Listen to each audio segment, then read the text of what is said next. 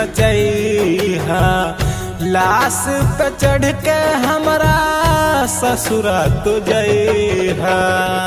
खूनवा से हमरा अपन मेहंदी रचैहा।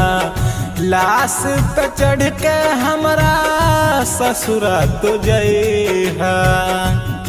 जवन कैले बाड़ू नाही मुदैया करी। जवन कैले बाड़ू नाही मुदैया करी।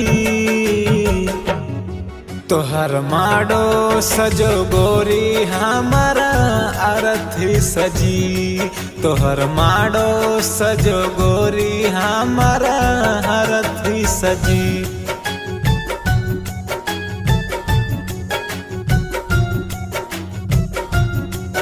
GSN recording studio Delhi.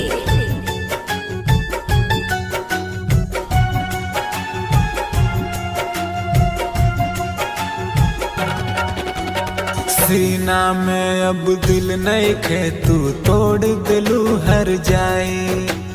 हमार घरवा जला के अपन घरवा देहलू बसाई।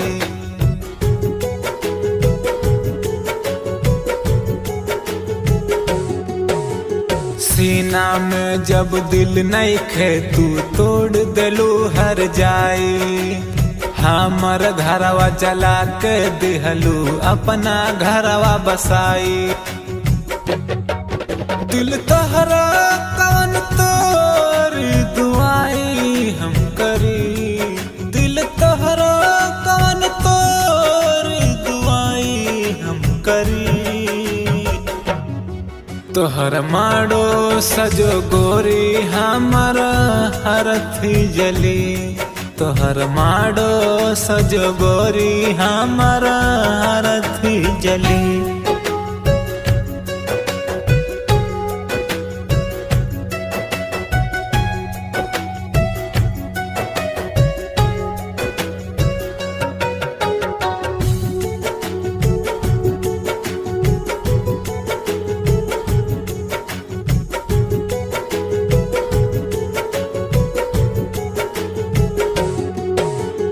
सीता की मोर राख लेके मंगिया अपन भरैहा।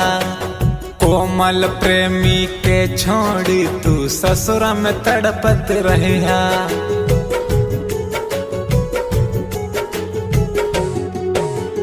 सीता की मोर राख लेके मंगिया अपन भरैहा।